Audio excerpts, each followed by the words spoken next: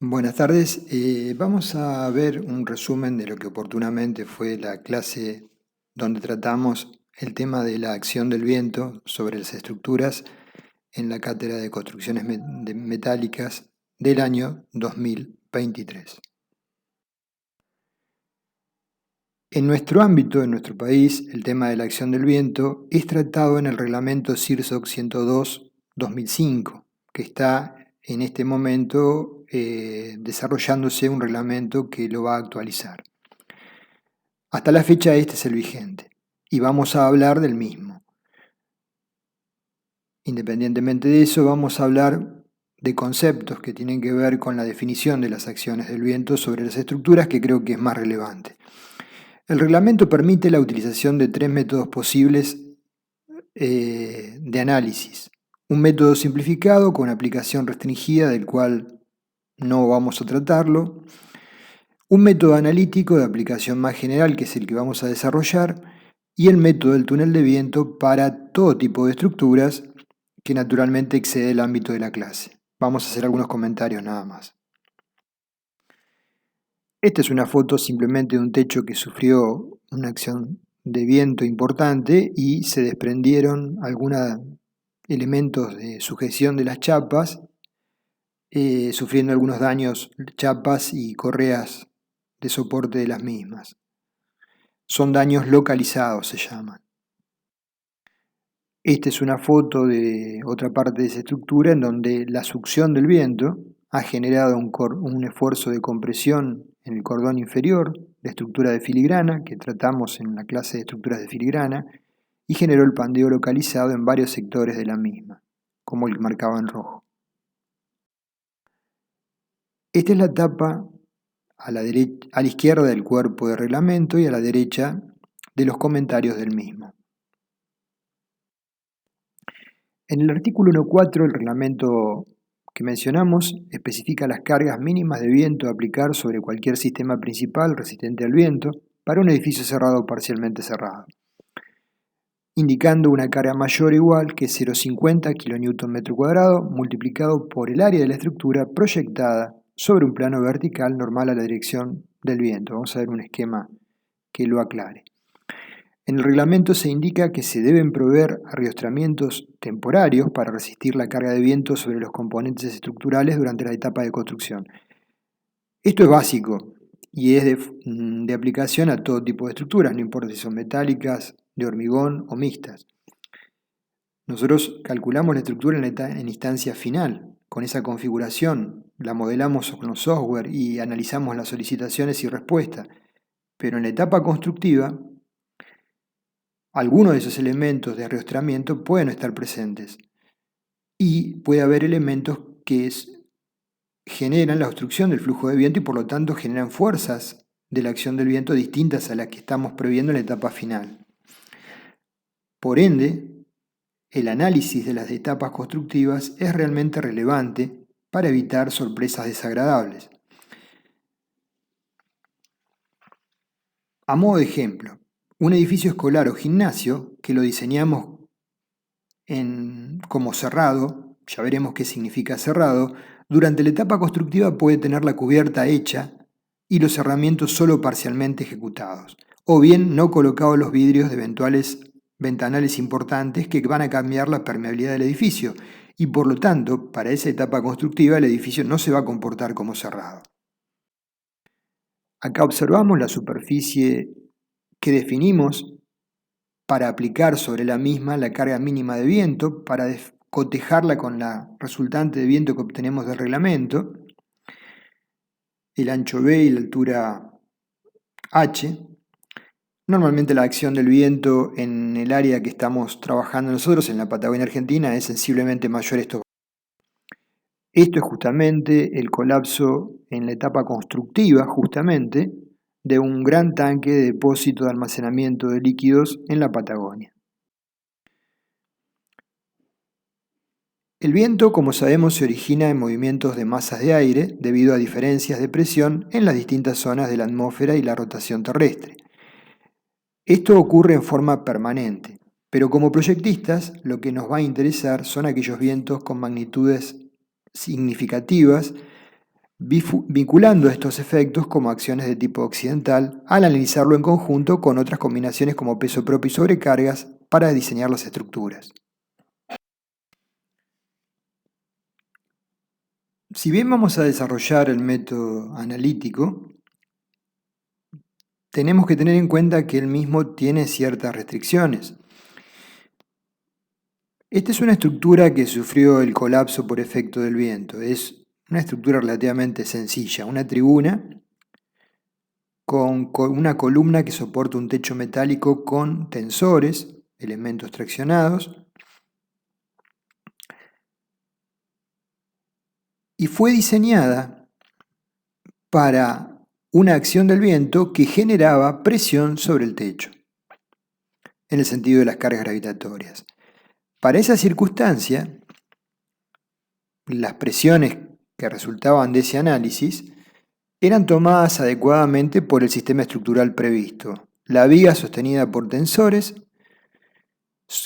apoyados en la columna de hormigón.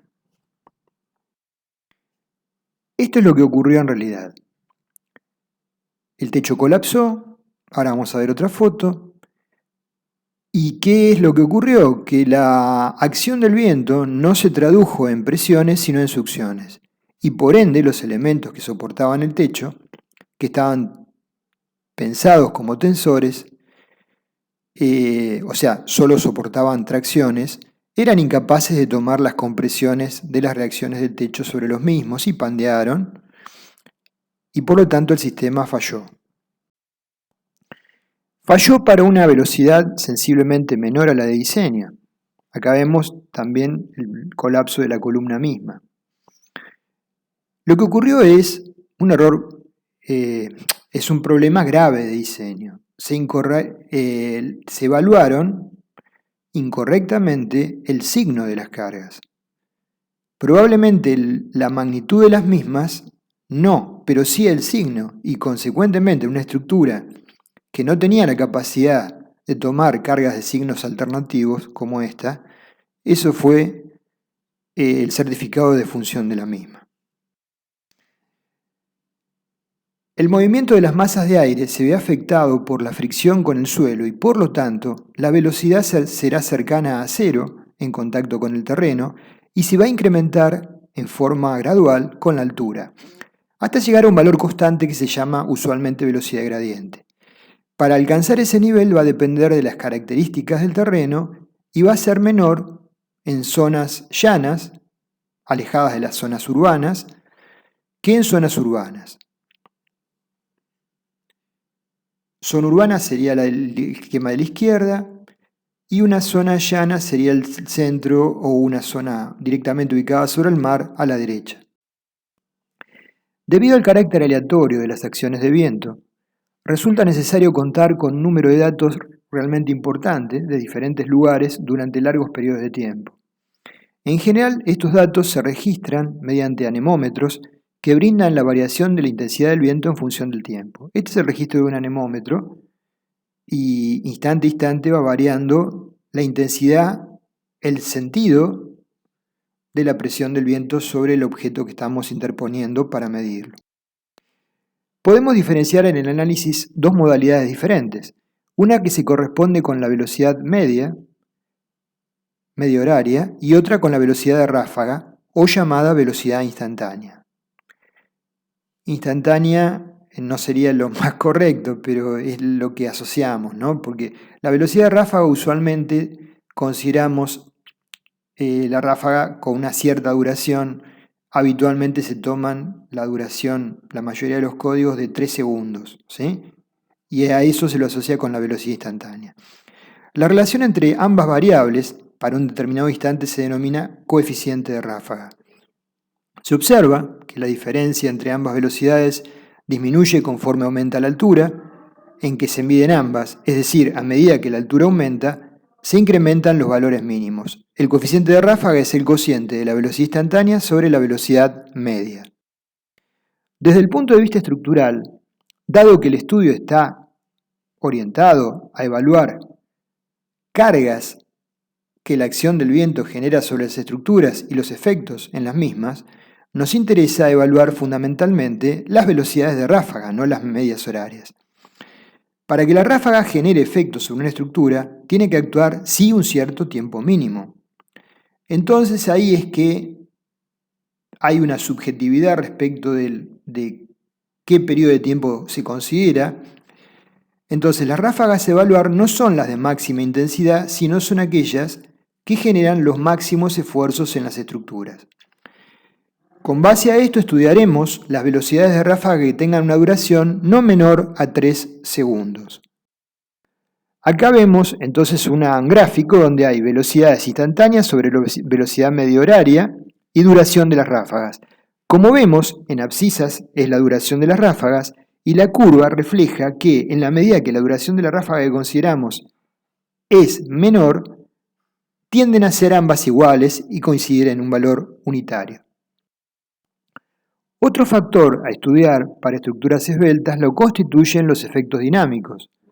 Se puede presentar el caso de ráfagas no muy importantes por su velocidad, pero con frecuencias similares al periodo propio de vibración de la estructura, tales que se amplifiquen sensiblemente los efectos dinámicos, fenómeno que se conoce como fenómeno de resonancia.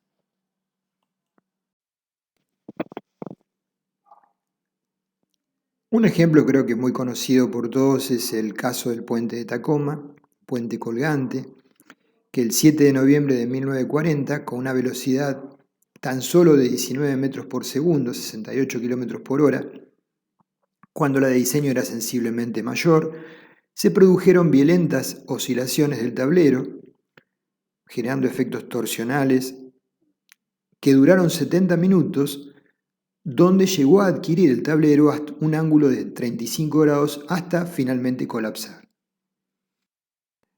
Cuando se interpone en el flujo de viento un obstáculo, ese flujo tiene que rodearlo y por ende genera presiones sobre el mismo. La energía cinética del aire en movimiento se transforma en energía potencial de empuje sobre el elemento. En la cara expuesta al viento, llamada barlovento, se generan presiones. En la cara opuesta al mismo, denominada sotavento, se generan succiones. En las caras laterales se generan normalmente succiones. Y en el techo, si hay un techo a dos aguas, en la cara a barlovento, en función del ángulo, se pueden generar, habitualmente se generan succiones, pero pueden para ciertas combinaciones de ángulos generarse también presiones. Y a sotavento se generan succiones. Resultando de esto un empuje sobre la estructura global, pero lo que más, según el tipo de estructura que estemos estudiando, si estamos estudiando estructura metálica, probablemente nos interese las presiones sobre ciertos sectores que definirán la resistencia requerida para los pórticos metálicos, correas de cerramiento, estructuras de regización, etc. Entonces, vemos acá la cara de barlovento, sotavento, las caras laterales, ¿sí? En planta, en corte y en una vista, lo que acabamos de mencionar recién. Este fenómeno es complejo, depende de una cantidad de variables importantes, inclusive las construcciones aledañas, que son tomadas en cuenta en los túneles de viento. Inclusive cuando se desarrolla un ensayo en túnel de viento se consideran las construcciones existentes y las que eventualmente se conozca que se vayan a proyectar construir, también con y sin las mismas. Entonces, el esquema en corte y en planta lo vemos del flujo de aire. En estructuras livianas, como son las estructuras metálicas, este fenómeno global puede generar una tendencia al levantamiento de la misma por sectores que suelen conducir, cuando no está correctamente diseñada y construida, a problemas y hasta colapsos parciales o totales de la misma. Acá tenemos un corte, en la cara izquierda barlovento, en la cara derecha sotavento, en las caras laterales se cumple presión, barlovento, succión sotavento, coeficiente de presión más 0,8, más es presión, menos es succión, y en las caras paralelas al flujo, succión menos 0,7. Y a su vez, si es un edificio, en la azotea se generarían en este caso succiones si en función de la relación ancho y longitud, en este caso se adopta un valor uniforme. Luego desarrollaremos cómo se arriba a estas acciones estáticas equivalentes entre comillas, ¿sí? Acá vemos prismas de edificios con distintas configuraciones entre el lado B, que es el ancho que se opone al viento, y L es la longitud paralela al viento. Como vemos, los valores de las acciones son distintos. A barlovento siempre son más 0,8, pero en los laterales generalmente es menos 0,7, pero a sotavento el valor de CP varía en función de la relación B sobre L. Puede ir de un máximo menos 0,5 a un valor cercano a un mínimo de menos 0,2. Cuando el techo es a dos aguas, entonces cabe distinguir lo que vimos: techo a barlovento, techo a sotavento. Cuando el viento golpea normal a la cumbrera y cuando el viento golpea paralelo a la cumbrera, llamado por el reglamento anterior viento según A a la izquierda y viento según B a la derecha, paralelo a la cumbrera, no hay esta diferenciación de ángulos de cumbrera. Y también abajo vemos el techo un agua, en cuyo caso, en función de dónde venga el viento, tenemos el techo solo a barlovento o solo a sotavento. La intensidad de la presión en un punto, dado de un obstáculo, va a depender de una serie de factores tales como la forma del mismo, el ángulo de incidencia del viento, la velocidad y densidad del aire, las características superficiales, rugosidad del obstáculo y la rigidez de la estructura. Son algunas de las variables que van a definir la presión resultante sobre ese obstáculo o ese elemento.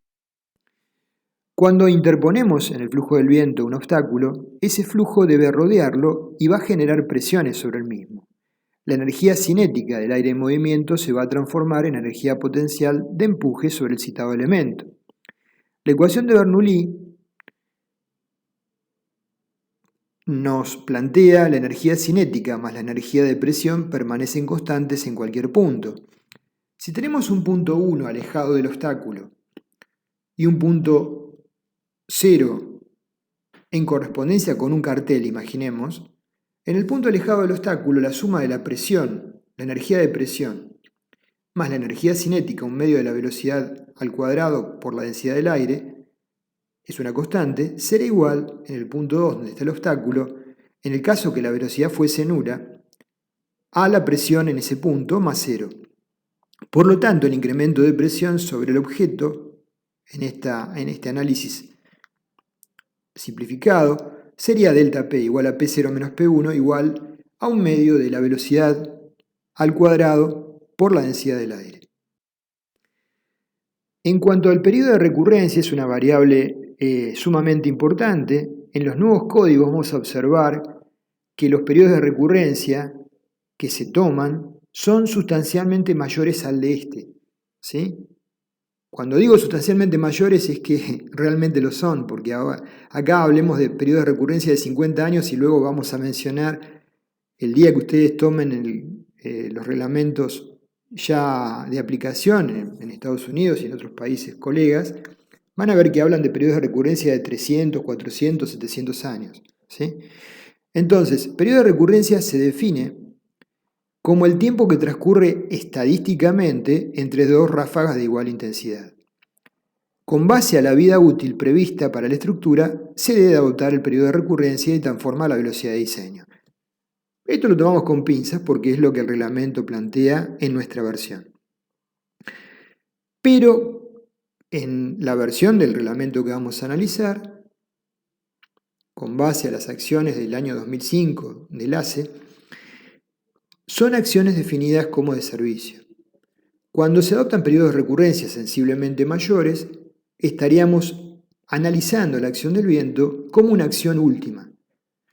Entonces ustedes van a ver que en el código ASI 318-2019 las combinaciones de viento omega aparece multiplicado por 1 en términos generales cuando En las versiones anteriores aparecía multiplicado por 1,6, justamente porque las acciones se determinan con periodos de recurrencia sensiblemente mayores. En nuestro proyecto de reglamento CIRSOC 201-2024, estructuras de hormigón armado y pretensado, aparecen las combinaciones de carga del factor 1, pero se aclara que solamente eso sería válido cuando se trabaje con el futuro reglamento de acción del viento que todavía no está disponible. Con el actual, el valor que multiplica la acción de omega es 1,6. Acá vemos periodos de recurrencia, velocidades medias y de ráfaga en el mismo punto. ¿Cuál es la variación entre ambos?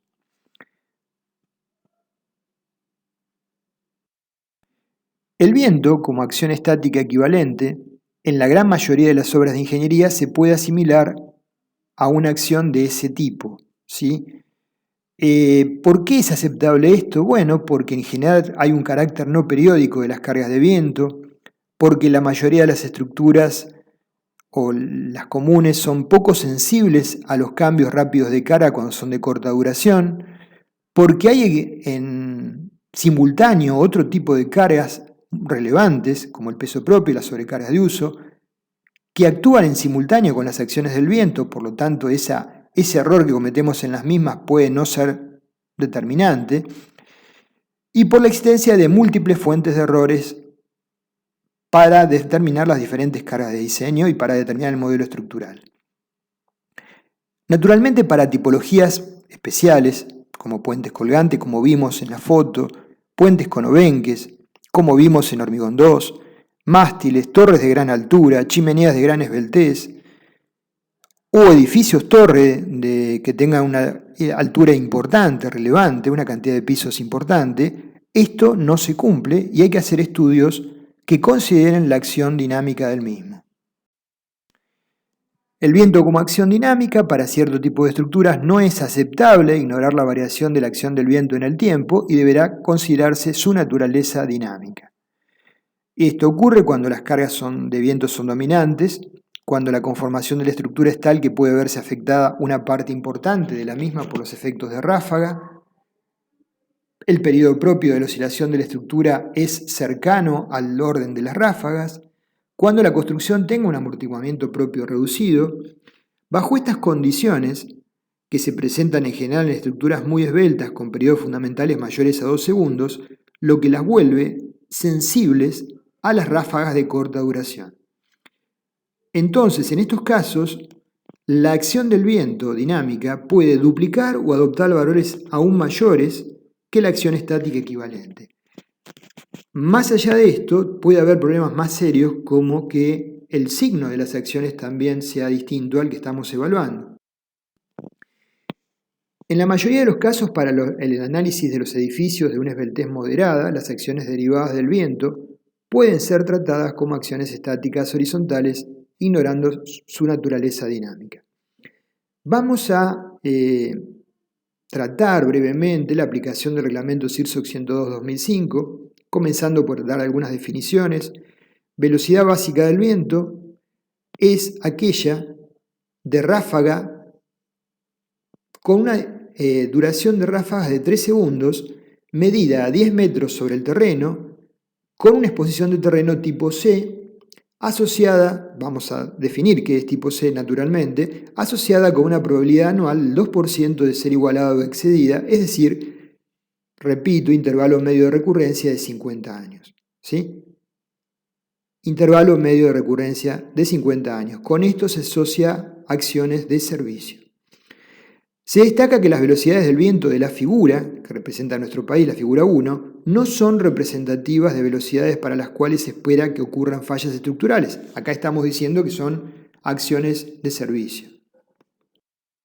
Este es el mapa con las velocidades, con las curvas, con valores de referencia, velocidades básicas del viento, figura 1A, y también hay ciudades capitales o ciudades con valores particulares adoptados. Respecto de curvas del reglamento anterior, hay diferencias. En la zona patagónica hay zonas donde se confirmó como Comodoro Rivadavia, que la acción probable del viento para estos periodos de recurrencia eran mayores a los tomados, ¿sí?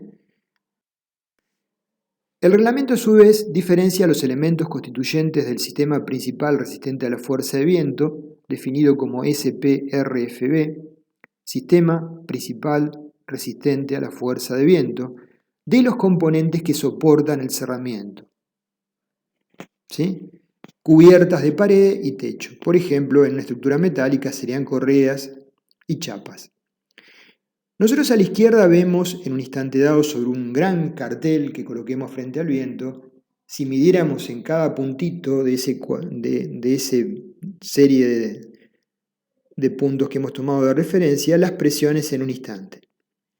Como vemos, distan mucho de ser uniformes. Ahora, si analizamos la acción resultante sobre el panel completo, podríamos tomar una acción media del conjunto. Y sería razonable para diseñar el cartel en su conjunto. Ahora, para diseñar elementos locales, probablemente la diferencia entre ese valor medio y el valor localizado, por ejemplo, abajo y a la izquierda, sería relevante. Entonces habría que definir una acción media sobre el elemento que es mayor a la acción media sobre el conjunto. Entonces, sobre la estructura principal tenemos una serie de elementos para definir las acciones, y sobre los elementos de cerramiento, en estructuras metálicas, correas y chapas de cerramiento usualmente, tenemos otra serie de tablas y elementos para lograr definir las acciones. Se clasifican los cerramientos o las estructuras, se clasifican las estructuras según el tipo de cerramiento. Esto quizás genere algún tipo de confusión, vamos a tratar de aclararlo. Construcciones abiertas, por ejemplo, un tinglado. Tenemos columnas metálicas sobre las cuales apoyan el techo de chapa y el flujo del viento pasa libremente a través de las mismas. Construcciones parcialmente cerradas y construcciones cerradas. La probable dificultad para definir correctamente está no entre la primera y las dos restantes, sino entre las dos que mencioné últimamente, construcciones parcialmente cerradas o cerradas. Y muchas veces podemos llegar a definir una construcción cerrada para el instante final de la obra y durante su vida útil, pero en la etapa constructiva hay que definirla como parcialmente cerrada. Esta es una estructura que en algún momento me tocó diseñar de un galpón para guardar aviones. Este es un avión que se pretendía guardar allí, en una zona cordillerana con fuertes cargas de nieve, pero también de viento, y marca, normalmente los aviones están en la playa, ¿sí? Por fuera del hangar, y cuando viene una tormenta muy severa se colocan dentro del hangar para protegerlos. Bueno, en esa instancia estaban transitando con este avión hasta que, como es un avión relativamente pequeño, liviano, el viento se encargó de levantarlo y colocarlo en esa curiosa posición en la puerta del hangar. ¿Qué es lo relevante de esta foto? No es eso. Es que ustedes ven que al lado del avión dado vuelta está el hangar abierto. Entonces, cuando uno tiene una estructura como un hangar y tiene grandes portones como tienen los hangares, naturalmente dice, si hay una fuerte tormenta de viento del orden de 200 km por hora, yo voy a cerrar las puertas. No quiero que ese flujo de viento entre al hangar y genere un efecto, groseramente hablando, que infle la estructura, ¿sí? Y genere sobrepresiones internas muy severas. Pero cuidado, porque antes de cerrar esas puertas hay que meter los aviones. Entonces suele ocurrir en este tipo de estructuras que durante un cierto tiempo hay que mantenerlas abiertas aun cuando el viento sea muy elevado. Entonces una consideración vital de diseño para esta y otro tipo de estructuras es considerar portón cerrado, que sería lo normal, y portón abierto, que sería la circunstancia de emergencia hasta que se ubican los aviones dentro del mismo local. Definiciones. Tomamos como h el promedio entre la altura del alero y la altura del punto más elevado de la superficie de la cubierta. con la excepción de cubiertas con aleros menores a 10 grados, en donde se toma H la altura del alero. Se definen edificios de baja altura aquellos edificios cerrados o parcialmente cerrados que tienen una altura media de cubierta menor que 20 metros o bien una altura H menor, ¿sí?, que la menor dimensión horizontal. Edificios de baja altura cumplen con las siguientes condiciones, las acabamos de mencionar. Luego vamos a empezar a definir una serie de variables. ¿Por qué? Nosotros hablamos hasta ahora, para no perdernos en este camino de definir coeficientes y parámetros que no sabemos muy bien para qué ni hacia dónde vamos. Nosotros estadísticamente registramos las velocidades en ciertos puntos que sean comparables. Por ejemplo, en las afueras de los aeropuertos, son zonas descampadas tipo C, a 10 metros de altura, y medimos estadísticamente las velocidades para conformar estas curvas que hemos visto. Y a partir de ahí tenemos una velocidad. Pero a mí, como proyectista, no me interesa realmente la velocidad, sino la fuerza equivalente sobre la estructura, para diseñar la estructura en forma segura. Entonces interviene una serie de coeficientes de adaptación que tienen en cuenta el entorno de la estructura, que tienen en cuenta la ubicación en altura de la misma, la relación de dimensiones, el tipo la finalidad de esa estructura, si es un hospital, si es un cuartel de bomberos o si es un galpón con cosas de valor menor, y ahí entra el factor de importancia, en este último punto. Factor que tiene en cuenta el grado de riesgo para la vida humana y los eventuales daños económicos para la propiedad. El hangar anterior que vieron, el factor de riesgo para la vida humana no era tan relevante si colapsaba, pero sí los eventuales daños a la propiedad, porque lo que guardaba en ese hangar eran elementos de mucho costo. Las estructuras son clasificadas, por otra parte, como flexibles o rígidas, dependiendo de la frecuencia natural de vibración. Estructuras flexibles son aquellas estructuras esbeltas que tienen una frecuencia natural de vibración menor a 1 Hz, periodo fundamental T0 mayor que 1 segundo. Las estructuras rígidas tienen una frecuencia natural de vibración mayor o igual a 1 Hz. En cuanto a la definición de las presiones internas, tenemos que ver el ingreso del flujo al edificio y la posibilidad de que él mismo salga del edificio. La situación A es una situación como la del hangar, donde tenemos un ingreso del flujo y las restantes paredes y techos son cerradas y se generan fuertes sobrepresiones internas. La situación de abajo es una situación mucho más favorable porque el flujo ingresa por un lado, por barlovento, y prácticamente sin grandes obstrucciones sale por sotavento. Entonces, cuando un edificio lo definimos como cerrado, no necesariamente tiene que serlo. Significa que puede tener aberturas más o menos uniformes para que el aire que entre por barlovento escape sin mayores dificultades por sotavento, no generando sobrepresiones internas significativas. ¿Se entiende la diferencia entonces? Edificio parcialmente cerrado sería aquel que no es abierto ni es cerrado. ¿Cómo se define, ¿sí?, en el reglamento un edificio parcialmente cerrado? El área total de aberturas a una pared que recibe la presión externa positiva excede la suma de las áreas de aberturas en el resto del envolvente del edificio, paredes y cubiertas, en más del 10%. Pero aparte, el área total de aberturas en una pared que recibe presión externa positiva excede el valor menor entre 0,40 metros cuadrados o el 1% de esa área. Con las siguientes definiciones, ahora vamos a ver un ejemplo para tratar de aclararlo. A0 sería el área total de aberturas en una pared que recibe la presión externa positiva a barlovento. AG es el área total de esa pared asociada con A0. AGI es la suma de las paredes totales de la superficie del envolvente del edificio, paredes y cubiertas no incluidas en AG, o sea, sotavento, laterales, techo. Vamos a ver un ejemplo entonces. Tenemos un galpón a 2 aguas con medidas en planta de 32 metros de ancho y un largo de 70 metros, una altura de cumbrera de 12 metros.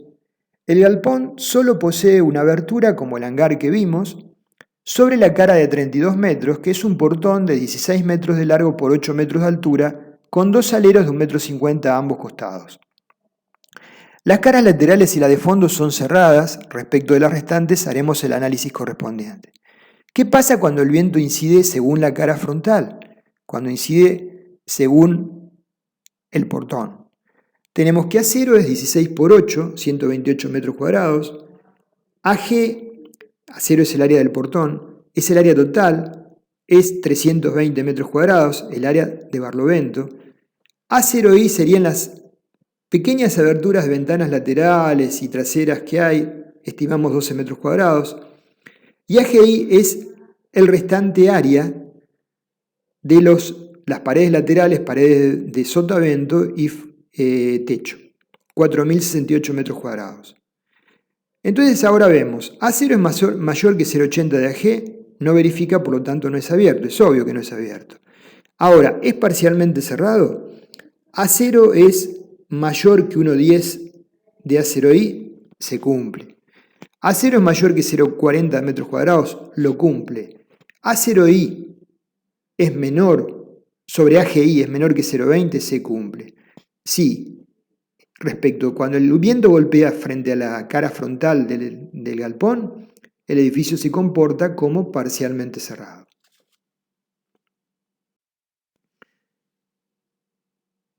Edificio cerrado sería aquel edificio que no cumple con las condiciones establecidas para abiertos o parcialmente cerrados. Ahora, luego que definimos la condición de un edificio abierto, cerrado o parcialmente cerrado, ¿qué hacemos con eso? Lo que definimos a continuación es a partir de definir la permeabilidad, son los coeficientes de presión interna G sub CPI, que están dados en la tabla 7 del reglamento. Acá vemos la tabla, fíjense, edificios abiertos, G por CPI es 0. ¿Qué sería un tinglado, por ejemplo? El techo de la cubierta de una estación de servicio. Edificio parcialmente cerrado, GCPI es más 0,55, presión interna, menos 0,55, succión interna. Edificios cerrados, más 0,18, presión, menos 0,18, succión. Fíjense que definir correctamente si es cerrado o parcialmente cerrado es relevante porque las presiones internas pasan de 0,18 a 0,55 y aún hay registros de valores de más 0,8 o menos 0,8. Entonces, es importante definir correctamente esto, tanto en la etapa final como en las etapas potencialmente constructivas, donde enfrentemos tormentas severas de viento. El procedimiento simplificado, dado en el capítulo 4, no lo vamos a tratar, como dijimos, porque nos parece, demasiadas limitaciones para la aplicación práctica. Con respecto al factor de importancia, dado en la tabla 1, dice, para categoría 1, el factor de importancia es 0,87, para categoría 2 es 1, sería la tipo, la 3 1,15 y la 4 1,15. Ustedes dirán, ¿para qué tenemos categoría 3 y 4 si el valor y factor de importancia es el mismo? Porque están tomados estos valores del ACE, donde estos factores de importancia están establecidos para acciones de viento y de nieve y hielo, en cuyo caso no son iguales para 3 y 4, ¿sí? Para vientos sí lo son. Entonces, en el apéndice A se clasifican los edificios y otras estructuras. ¿Qué son conceptualmente edificios de categoría 1? Instalaciones de bajo riesgo para la vida humana y bajo factor económico, como galpones que acopiamos cosas de valor limitado o reducido, instalaciones agrícolas, temporarias, de almacenamiento de no mucho valor. Instalaciones tipo categoría 2 sería la mayoría de las construcciones que vamos a trabajar en la práctica, como edificios de departamentos, comerciales, oficinas, etc. Edificios tipo 3 ya son edificios que tienen un mayor riesgo para la vida humana. Por ejemplo, edificios u otras estructuras donde se reúnen más de 300 personas en una determinada área, supongamos un gimnasio, guarderías, escuelas primarias y secundarias con capacidades mayores que 150 personas, y así hay un detallado de las diferentes situaciones. Y 4 serían estructuras más complejas, como hospitales, centros de cirugía, cuarteles de bomberos, refugios diseñados contra huracanes, centros de comunicaciones, centrales de emergencia, o sea, las instalaciones críticas frente a un evento de esta naturaleza que tienen que seguir brindando un servicio aún en la peor situación. Factor de direccionalidad del viento, K sub D, es un coeficiente que participa en la definición de la acción. Es un factor que tiene en cuenta la probabilidad reducida de que los vientos máximos provengan de cualquier dirección determinada y que los coeficientes de presión máxima ocurran para cualquier dirección de viento. Por ejemplo, para edificios, para el sistema principal resistente a la fuerza de viento se toma K sub D 0,85 y para componentes y revestimientos 0,85. Pero a modo de ejemplo, para chimeneas, se puede tomar para chimeneas redondas 0,95, ¿sí? Para carteles 0,85, para torres reticuladas 0,95, o sea, en general el valor es 0,85, pero para otras estructuras particulares puede ser algo mayor. El factor de direccionalidad del viento se aplica solamente cuando se use conjuntamente con las combinaciones de carga especificadas en el reglamento de aplicación. Las combinaciones básicas de carga son las que vemos aquí. Como ven, omega, que es la acción derivada del viento, se multiplica por 1,6 en general, porque es una acción definida a nivel de servicio. En general, para estructuras livianas con pendientes alfa mayores que 5 grados, las combinaciones determinantes son las 5 que mencioné acá. Recordando que D es carga permanente, LR carga sobre cubiertas, omega acción del viento, S acción de hielo y nieve. ¿Sí? La 5, por ejemplo, representaría la situación de mínimo peso propio y máxima acción del viento, volcamiento sobre la estructura, máximas solicitaciones en las fundaciones en estructuras livianas, tendencia al levantamiento. ¿Sí? Y las restantes tienen distintas situaciones donde se combina la nieve y eventualmente el hielo con el viento o las sobrecargas de uso. Nuevamente observamos el mapa de velocidades en nuestro país, ampliada la zona patagónica, graficado en ciudades, por ejemplo para la ciudad de Rawson la velocidad en metros por segundo son 60 metros por segundo. En nuestro país las máximas velocidades están asociadas con, estoy tratando de ubicarlo, con Comodoro Rivadavia 67,5 metros por segundo. Vamos a entrar ahora entonces con el método 2, procedimiento analítico, tratado en el capítulo 5 del reglamento que estamos estudiando. El procedimiento de diseño sería el siguiente. A partir de determinar la velocidad básica del viento de la figura que vimos, determinamos el factor de direccionalidad K sub D de la tabla 6, definimos el factor de importancia en función del tipo de edificio, luego determinamos para cada una de las direcciones principales del edificio la categoría o categoría de exposición. Y luego, a partir de eso, como veremos, definiremos coeficientes de exposición para presiones dinámicas denominados KZ o KH según corresponda de la tabla 5. Si acaso la estructura estuviera en una zona topográfica con escarpas, montañas y depresiones, podríamos aplicar el factor topográfico KZT de la figura 2. Caso contrario sería KZT igual a 1 en el caso general, en zonas llanas o en zonas urbanas. Luego se determina un factor de efecto de ráfaga G o GF según corresponda. Se determina una clasificación del cerramiento según vimos. Y luego, a partir de la clasificación del cerramiento, como acabamos de analizar anteriormente, se determina el coeficiente de presión interna G por CPI, 0, 0,18 o 0,55. Luego se pasa a determinar los coeficientes de presión externa según las tablas C sub P o G por CPF, según correspondan, y entonces recién tenemos los elementos para definir sobre cada uno de los elementos componentes, barlovento, sotavento, laterales y techo, la presión dinámica QZ o QH según corresponda.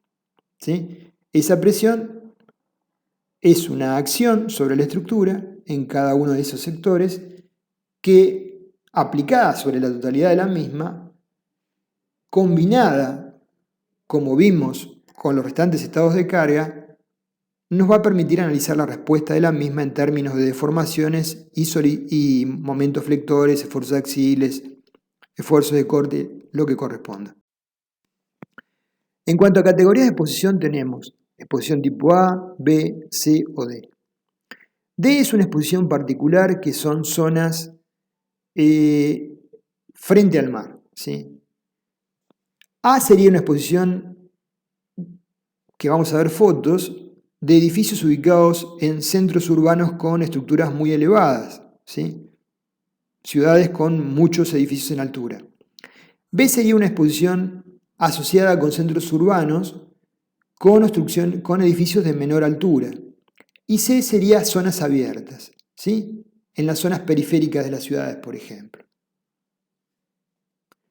Un edificio, cabe resultar, por ejemplo, que está frente al mar en la zona urbana, puede tener una cara con exposición tipo D y las restantes caras con exposición tipo A o B. Acá hay una definición escrita de qué se considera cada tipo de exposición, A, B, C o D. Por ejemplo, la D son áreas costeras planas, sin obstrucciones, expuestas al viento, soplando desde aguas abiertas, en una distancia de al menos 1600 metros. Fotos, exposición tipo A, como mencionamos, tipo B, tipo C, terrenos abiertos, el reglamento anterior definía esto rugosidad tipo 1. Definiciones. QH se define como la presión dinámica evaluada a una altura Z igual a H en newton metro cuadrado.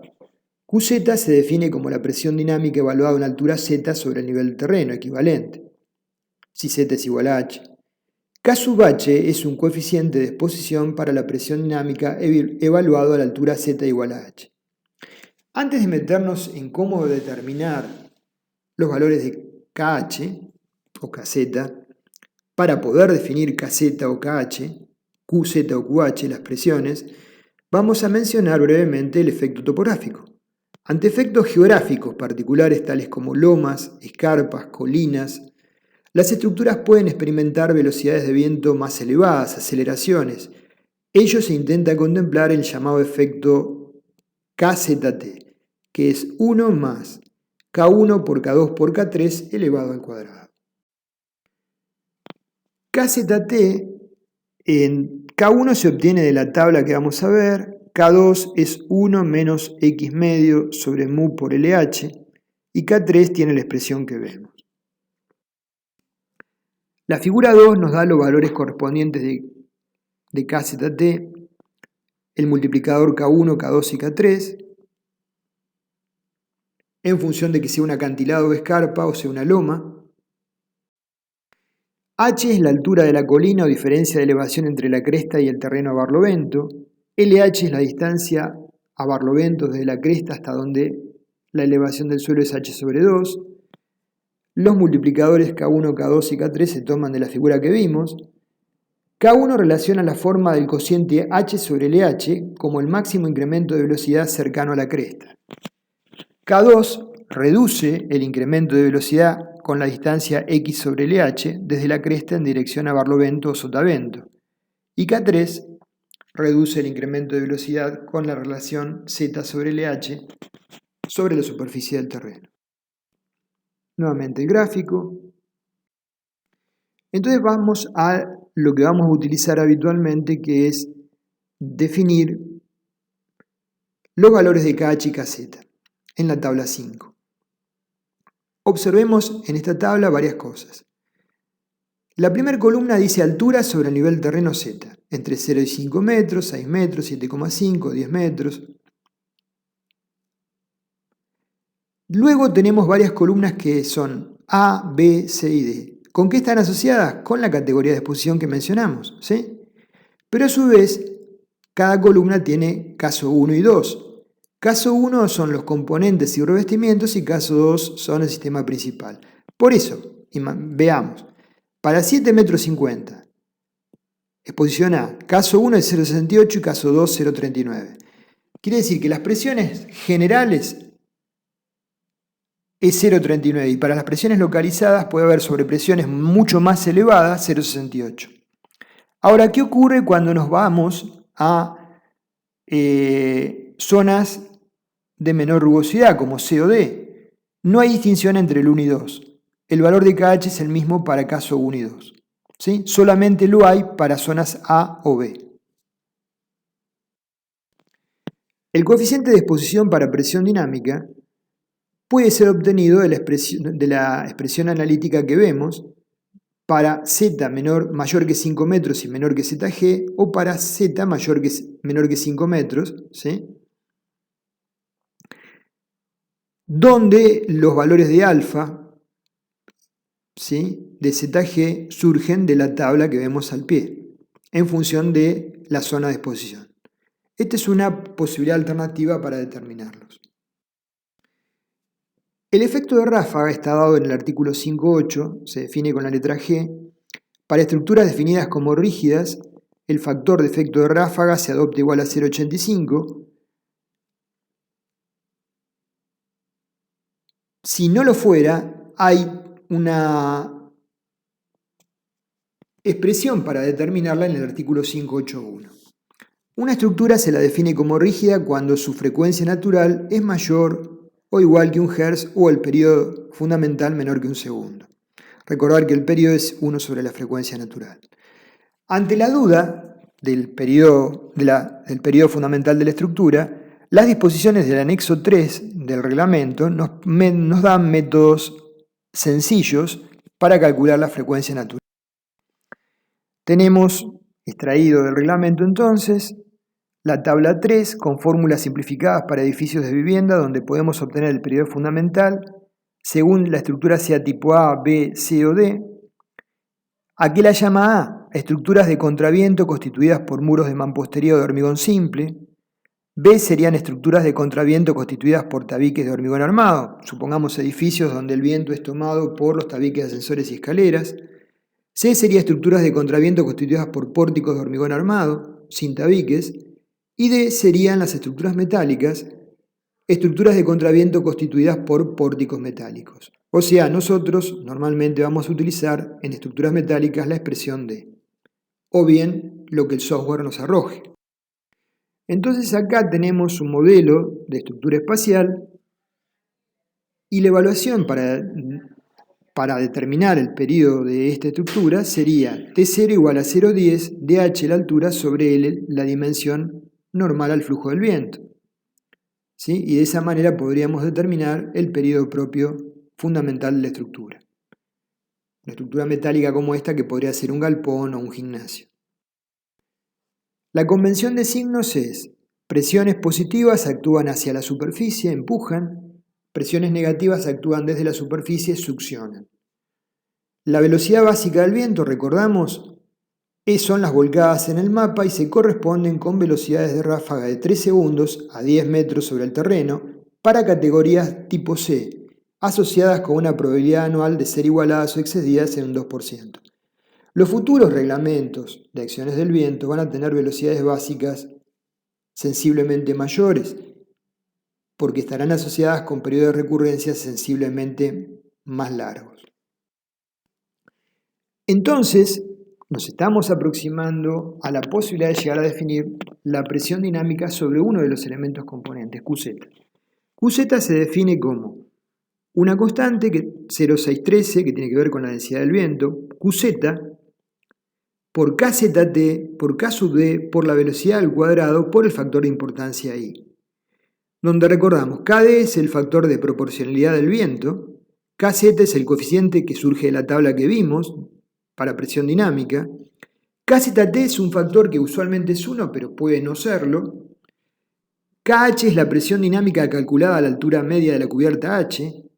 B es la velocidad básica del viento obtenida de la figura o tablas que vimos.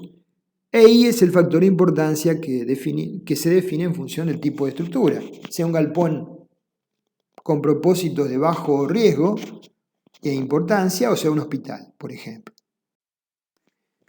Entonces, los coeficientes de presión externa para sistemas principales resistentes a la fuerza de viento C sub P, ojo, para sistemas principales resistentes a la fuerza de viento, surgen de la figura 3 que vemos y están dados en la tabla 8 que vamos a ver. Fíjense que hay estructuras a 2 aguas, estructuras a 1 agua o estructuras con pendientes múltiples.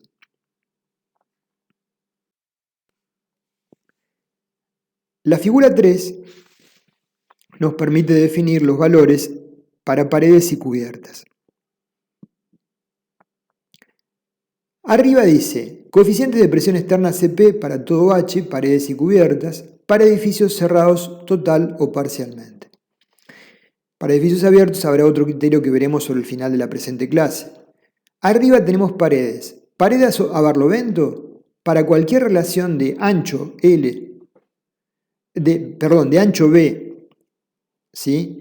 Y longitud L paralelo al viento, L sobre B, es CP positivo más 0,8. Para la pared a sotavento, en función de la relación de L, fíjense abajo a la izquierda, el valor B es el ancho de la estructura que recibe el viento y L es la longitud paralela al viento. Para la pared a sotavento, el coeficiente sobre la pared a sotavento depende de la relación L sobre B. Para L sobre B entre 0 y 1 vale menos 0,5, para L sobre B 2 vale menos 0,3 y para L sobre B mayor que 4 vale menos 0,2. Y para paredes laterales, para cualquier relación vale menos 0,7. Abajo tenemos los coeficientes de presión para cubiertas, CP, para usar con QH. Entonces tenemos a su vez que distinguir dos renglones, normal a la cumbrera, ¿sí? Y paralela a la cumbrera o con cumbreras de menor de 10 grados, que es equivalente a que sean asociadas con cubiertas planas. El primer renglón, normal a la cumbrera. Tenemos la zona izquierda barlovento, ángulo en grados de la pendiente del techo y relación H sobre L. Y en la zona derecha, sotavento, ángulo en grados. ¿Qué observamos? Normal a la cumbrera para tita mayor o igual que 10 grados, para relaciones de H sobre L, que en general, para 10 y para 15 grados, son negativos, son succiones. Recién para 20 grados, ¿sí?, aparecen menos 0,3 y más 0,2, menos 0,4 y 0. Es decir, para ángulos de más de 15 grados, de 20 grados o mayores, aparece la posibilidad de tener succiones a barlovento, que es lo habitual, y también eventualmente presiones. En ese caso habrá que combinarlas adecuadamente con la posible carga de nieve. Por eso en el gráfico de abajo de la izquierda el vector es hacia abajo y hacia arriba, en el faldón de barlovento.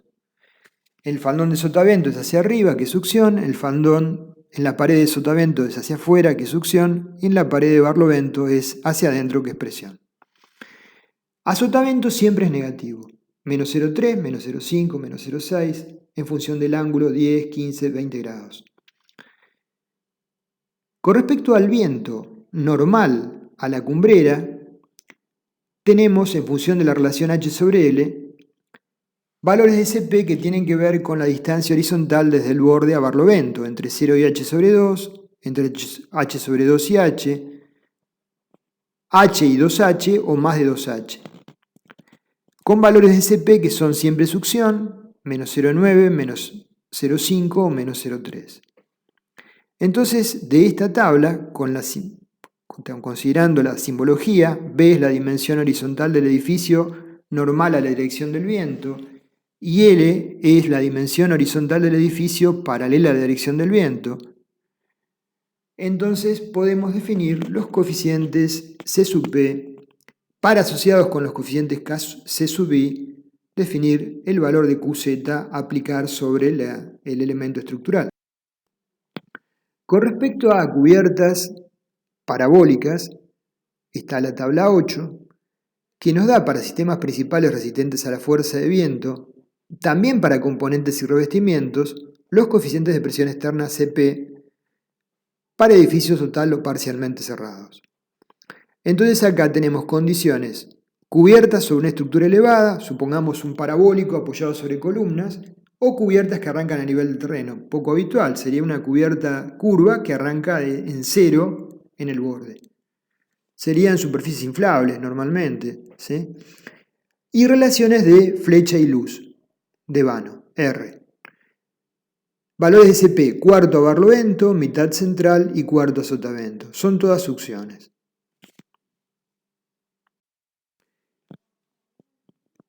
Avanzando un poquito más, entonces ya podemos intentar definir las cargas de viento en edificios cerrados y parcialmente cerrados para los sistemas principales resistentes a la fuerza de viento. Las presiones de diseño para los sistemas principales resistentes a la fuerza de viento de cualquier altura en edificios rígidos se pueden determinar según la siguiente expresión. La presión P sobre un elemento, supongamos la pared a barlovento, es Q por GCP menos Q sub I por GCPI, donde el término CPI puede ser positivo o negativo. Recordamos la figura que nos definía los valores de GCP con los signos. Cuando tenemos cubiertas con una sola pendiente se pueden presentar, hay que analizar las dos situaciones, que el viento golpea a barlovento con la pendiente ascendiente o descendiente. Recordamos los coeficientes de presión interna, GCPI. Y este es un comentario importante ya para estructuras de edificios que menciona la carga parcial y total. El sistema principal resistente a la fuerza de viento en edificios con altura media de cubierta ya mayor a 20 metros, tenemos que calcularlo para eventuales momentos torsores resultantes de las cargas de viento de diseño actuando según las combinaciones indicadas en la figura 9. ¿Qué nos dice acá? Esto es para el sistema principal y alturas mayores a 20 metros. El caso 1 sería el viento incidente según la dirección A, supongamos, y según B. El caso 2 sería prolijamente incidente. El caso 2 sería una situación donde haya ráfagas sobre un sector de mayor intensidad que sobre el otro y van a generar, aparte de una fuerza de traslación, torsión en ambas direcciones. Y el caso 3 y 4 sería una combinación de las anteriores donde, por ejemplo, el viento principal incide en forma oblicua. Supongamos el techo de una estación de servicio apoyado sobre columnas metálicas. Esto sería relevante para definir las columnas y las fundaciones, porque el viento principal puede golpear en forma a las marquesinas del techo y al techo mismo en forma oblicua, generando solicitaciones de momentos flectores en dos direcciones sobre las columnas y generando un efecto torsional sobre la estructura. Naturalmente, en estructuras importantes de gran cantidad de niveles, este tipo de análisis es solo para nivel de anteproyecto. Para nivel de proyecto hay que hacer ensayos en túneles de viento. Para determinar la acción del viento sobre los componentes y revestimientos, tenemos que para edificios de baja altura, de edificios con alturas menores que 20 metros, las presiones se definen con la expresión que vemos a continuación, P es igual a QH, que multiplica G por CP menos G por CPI.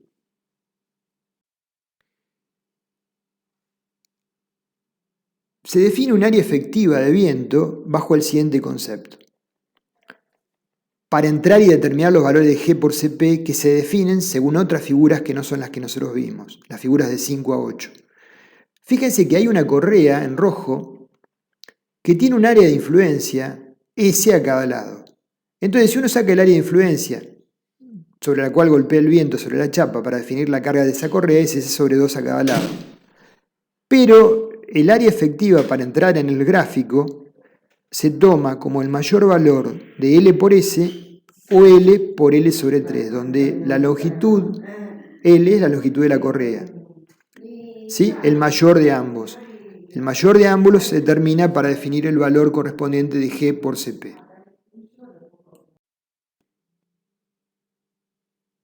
¿Cómo definimos la acción sobre los componentes y revestimientos? El coeficiente G por Cp surge de estas figuras que no son las que hemos utilizado anteriormente. Las figuras tienen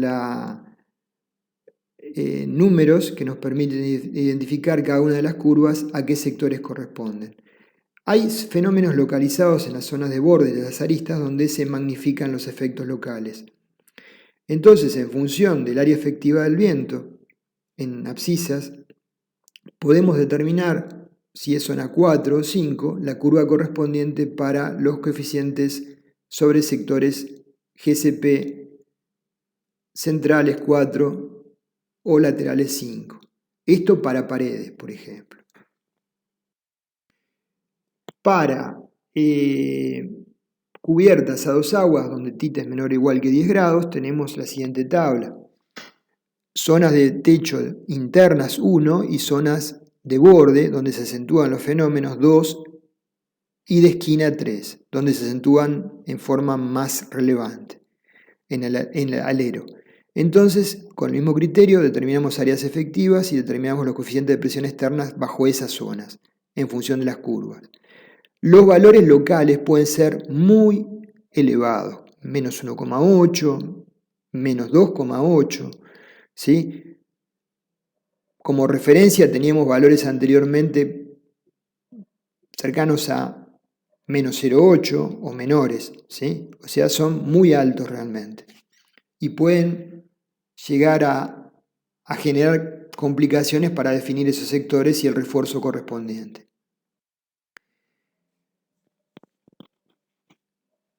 En edificios con H mayor que 20 metros, las presiones del viento sobre los componentes, revestimientos, se pueden determinar con esta expresión, pero los gráficos GCP salen de otra figura, la figura 8.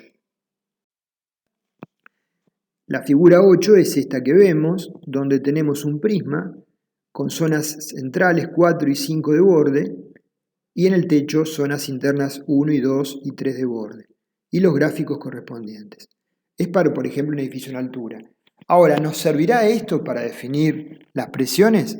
Para un edificio de una altura relativamente modesta, puede ser para definir, por ejemplo, los cerramientos vidriados y las presiones localizadas sobre los mismos. Para una torre, probablemente no sean adecuados y haya que hacer un ensayo en túnel de viento para definir las presiones localizadas que pueden ser sensiblemente distintas. Acá fijémonos que en la zona 3, por ejemplo, zonas de aristas, hay coeficientes de 3,2, ¿sí? Frente a 0,8 en 4 y 5.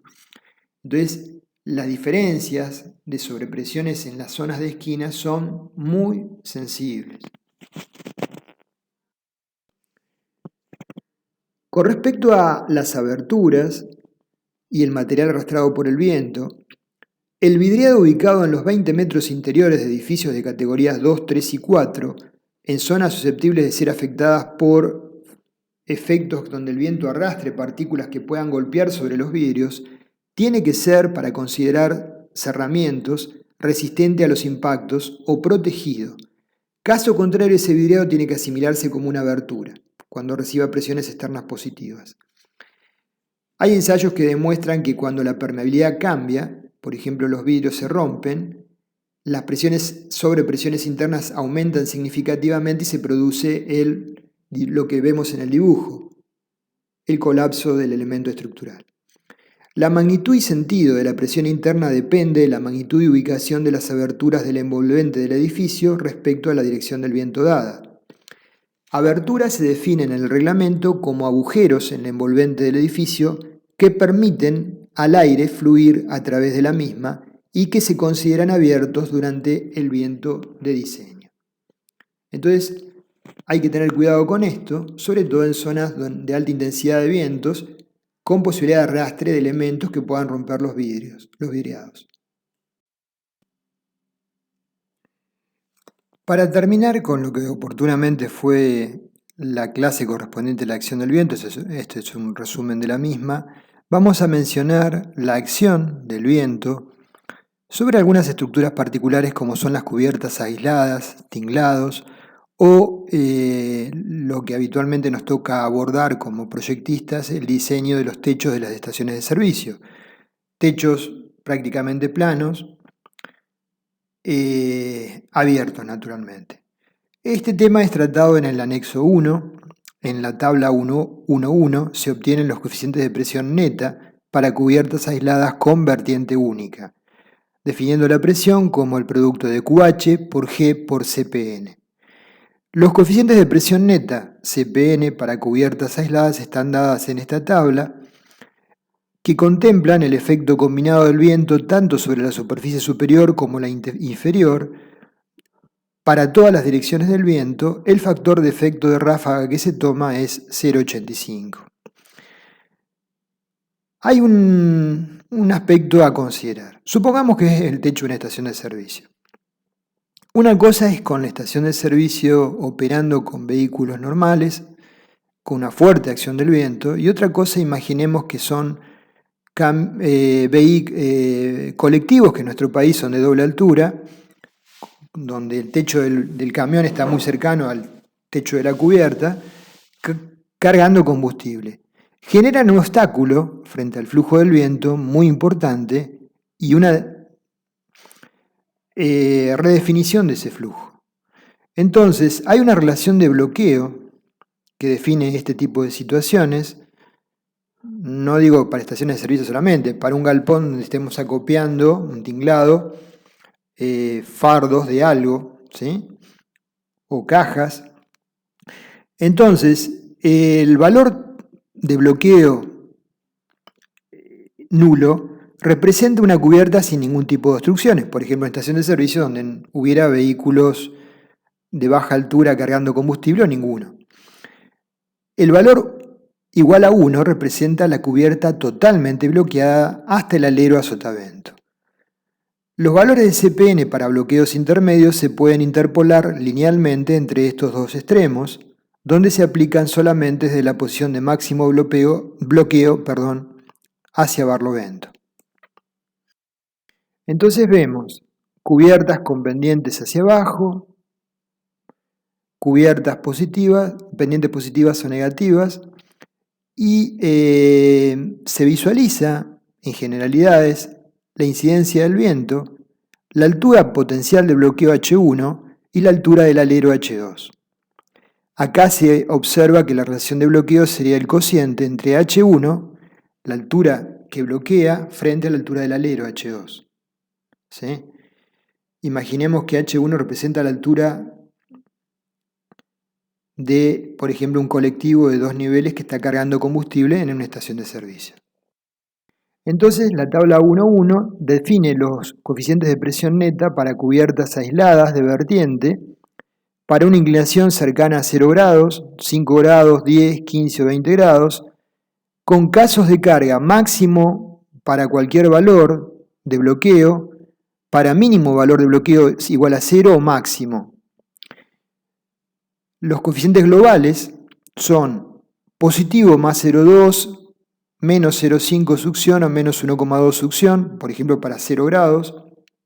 Y después hay coeficientes locales, para definir, por ejemplo, los elementos de las chapas de sujeción, los elementos de sujeción de las chapas, verificar las chapas, las correas, el cielo raso, zonas definidas como A, B o C, que están graficadas naturalmente en lo que acompaña a estas tablas. Y a su vez, para terminar de definir las acciones, por ejemplo, para diseñar una cubierta de este tipo, tenemos que definir las acciones sobre cenefas o paneles laterales.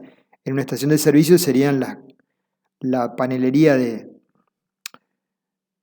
publicidad. Entonces, por ejemplo, si el techo es en horizontal, del lado de barlovento, sobre la cenefa, actúa un coeficiente de 1,3, que es presión, y sobre el lado opuesto de 0,6, que es succión, ¿sí? A barlovento y sotavento. Estos valores, ¿qué nos van a ayudar a definir? No nos van a definir el diseño de la estructura de las vigas que soportan la cubierta de techo, ¿sí? Pero sí nos van a definir momentos que resultan de esas fuerzas aplicadas a una cierta distancia del plano de fundación que van a ser tomados por las columnas o pórticos y transmitidos a la fundación. Bueno, de esta manera terminamos con el resumen de lo que fue oportunamente esta presentación. Por supuesto que quienes quieran profundizarla tendrían que leer un poco sobre algunos conceptos básicos de ensayos en túneles de viento. Hay en el canal de la AIE hay varios videos subidos.